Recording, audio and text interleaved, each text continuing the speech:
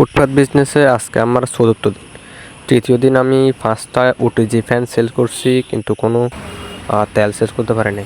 তো আজকেও আমি সকাল সকাল একটু তাড়াতাড়ি বের হয়ে গেছি, সন্ধ্যার একটু আগে বের হয়েছি আর কি। তো এখন জিনিসপত্রগুলো টেবিলের মধ্যে সাজাচ্ছি। তো আশা করছি আজকে মোটামুটি একটু ভালো সেল করার উদ্দেশ্য প্ল্যান আছে, দেখা যাক কী হয়। বেশ গরম পড়তেছে, আশা করছি সেল করতে পারবো। আমার একটু কাজ থাকার কারণে আস্তে আস্তে প্রায় সন্ধ্যা হয়ে গেছে। তো গতকাল আমি 5টা ওটিজি ফ্যান সেল করছি, একটু কম দামে হইলেও সেল করে দিছি আর কি। তো দেখা যাক কী হয়। আশা করছি এই ফ্যান দিয়ে আসলে ভালো কিছু হবে আর কি। হ্যাঁ, যেহেতু গরম পড়তেছে এই ফ্যানটার চাহিদা অনেক বেশি।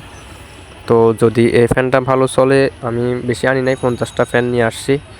তো চিটাংয়ের মধ্যে চট্টগ্রাম শহরে কোথাও এই ফ্যানটা পাইকারি দামে পাই নাই, অনেক ঘোরাঘুরি করেও পাই নাই। তো শেষ পর্যন্ত আমি ঢাকার একটা ভাই থেকে এটা পাইকারি দামে নিয়ে আসছি।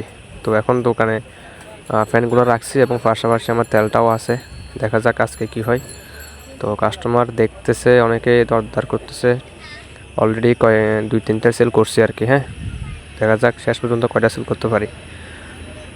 তো আমার এই জার্নিটা আসলে আমি দেখা যাক শেষ কোথায় পর্যন্ত নিয়ে যেতে পারি। আস্তে আস্তে আমি কাস্টমারের ডিমান্ড অনুযায়ী, চাহিদা অনুযায়ী দেখা যাক কী করতে পারি। হ্যাঁ, আকাশও এখন একটু মেঘলা মেঘলা ভাব, সামনে বর্ষাকাল আসতেছে। যতদিন গরম থাকবে ততদিন এই ফ্যানটা আমি কন্টিনিউ করব। আর যদি এক্সট্রা এটার বাইরেও যদি কোনো ফ্যান আনা লাগে, চার্জিং ফ্যানও আনা চিন্তা করতেছি। দেখা যাক আজকের দিন কেমন সেল করতে পারি।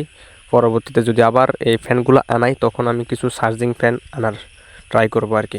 তো ধাপে ধাপে বিষয়গুলো আপনাদের মাঝে আমি শেয়ার করব। অবশ্যই আপনারা আমাকে একটু সাপোর্ট করবেন, একটু পাশে থাকবেন।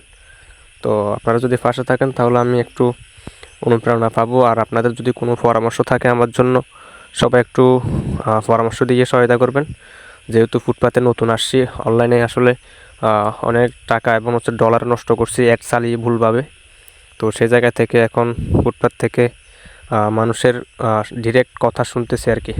আসলে তো আগে কোনো দিন বিজনেস করি নাই, তো সেই জায়গা থেকে মানুষের রিয়েল লাইফ এক্সপিরিয়েন্সটা নিচ্ছি। তো অনেকে হয়তো মনে করতে পারেন যে আসলে ফুটপাতে বিজনেস করতেছি, এটা কেমন না। আসলে সময় পরিস্থিতি মানুষকে অনেক কিছু শেখায়। তো আমিও শিখতেছি।